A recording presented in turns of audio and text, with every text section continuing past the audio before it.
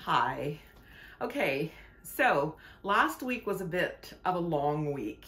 It wasn't difficult because I don't believe in saying anything is difficult, and it wasn't impossible, but it was a long week. I mean, we celebrated Earth Day on the 21st, 40/20 on the 20th, and it was for me the first time I actually had a client who was emotional about what was happening in their wardrobe.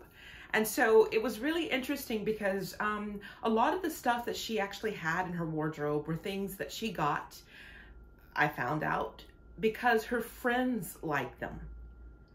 And her friends thought they were cute, or her friends admired them, or one of her friends was wearing something that was similar. And so therefore she wanted to get something that looked like what her friend was wearing.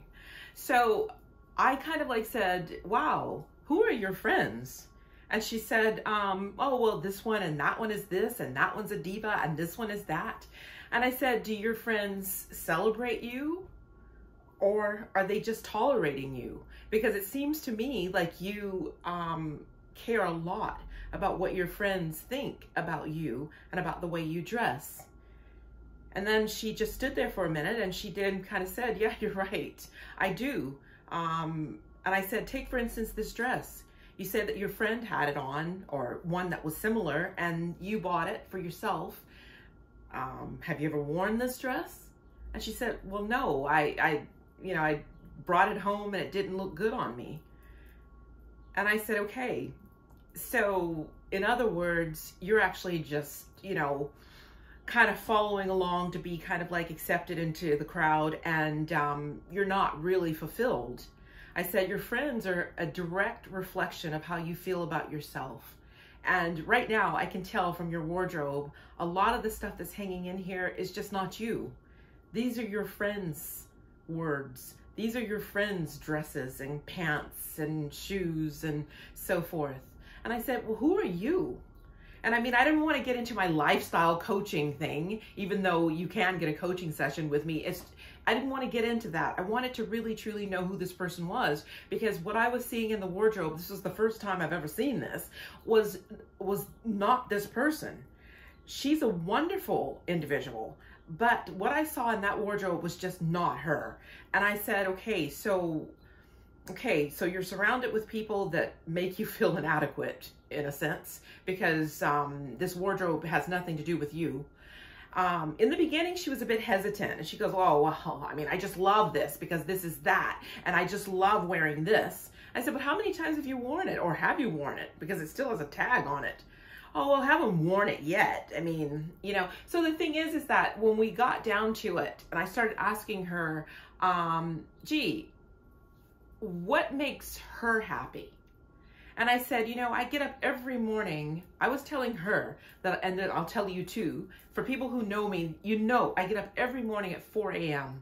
to give thanks and just to give a moment of gratitude for everything that I've managed to do in this life and being allowed to do, and that I woke up in the morning, and that I can breathe, and that I have teeth and eyes, and I can taste and smell, and all of these things that we take for granted. And I said, but one thing that I am mostly grateful for is that I have no longer a need to have to fit into a group, or to be perfect, or to look the way another person wants me to look. And if they don't celebrate me or care for my style, that's okay. That's okay. I'd rather walk alone than to walk with the wrong crowd. And I said, it took me some time to realize that I don't need to be in the mean girl group, or the good girl group, or the model group, or this kind of group. I just need to be in the group that loves me and I love them. And we celebrate each other. And maybe some of them aren't the most stylish, or some of them aren't the thinnest, or the curviest, or the tonus, but they're genuine. They're authentic people who love me, and I love them. And I said, I'm me. Yes, I wear my pearls because I like pearls. And they're symbolic with, just a heritage thing that I'll get to on another day. But nevertheless, I said, I like that. And, you know, they don't judge me. I'll wear my pearls with jeans or shorts or hot pants. And it's okay because that's me. But I look at the fact that, look, I'm looking for quality in my wardrobe, quality in everything that I do, quality in the time that I spend with a client or with a friend. Why am I not surrounding myself with quality people?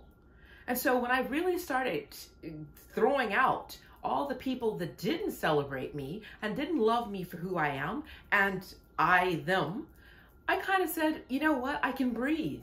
I feel good about this. I feel good with being surrounded by these quality people who, you know, take part in my quality time.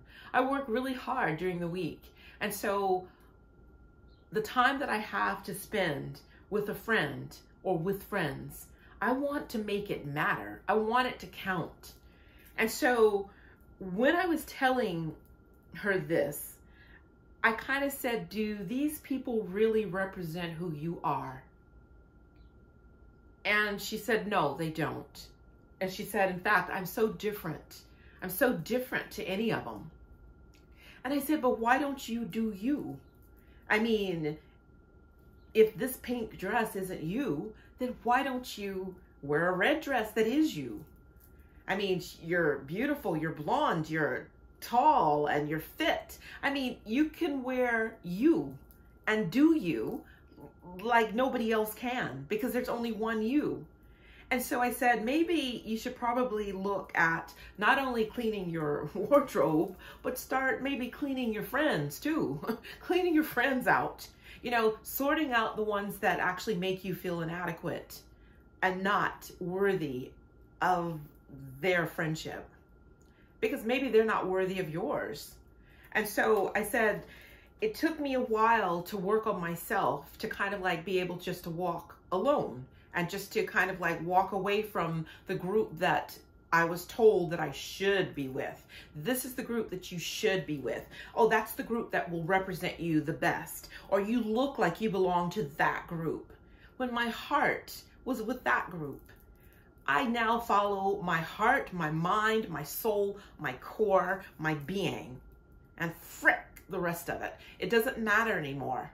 It just doesn't matter anymore. But I am so grateful that I have good friends that I can spend quality time with. And this client reinforced that this week. This was tough. It was tough for me because at the end of it, she was just going through throwing out things that she said, well, this is really her, and this is really her, and this is really, and I said, well, wait a minute, don't throw out everything in your wardrobe because, you know, do you have a budget to kind of like replace this? You need at least 7 pieces in your wardrobe of clothes. She goes, I don't care.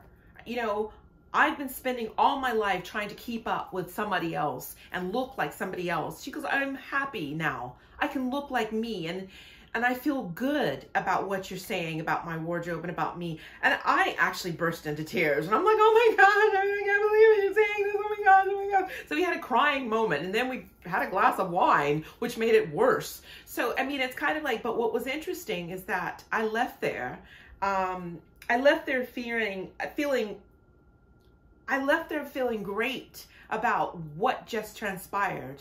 And I went home feeling even more grateful. And I said, oh, this Sunday, I'm going to feel so grateful because I helped somebody. And I think that if I can help just that one person, I've done something. That was a good week for me.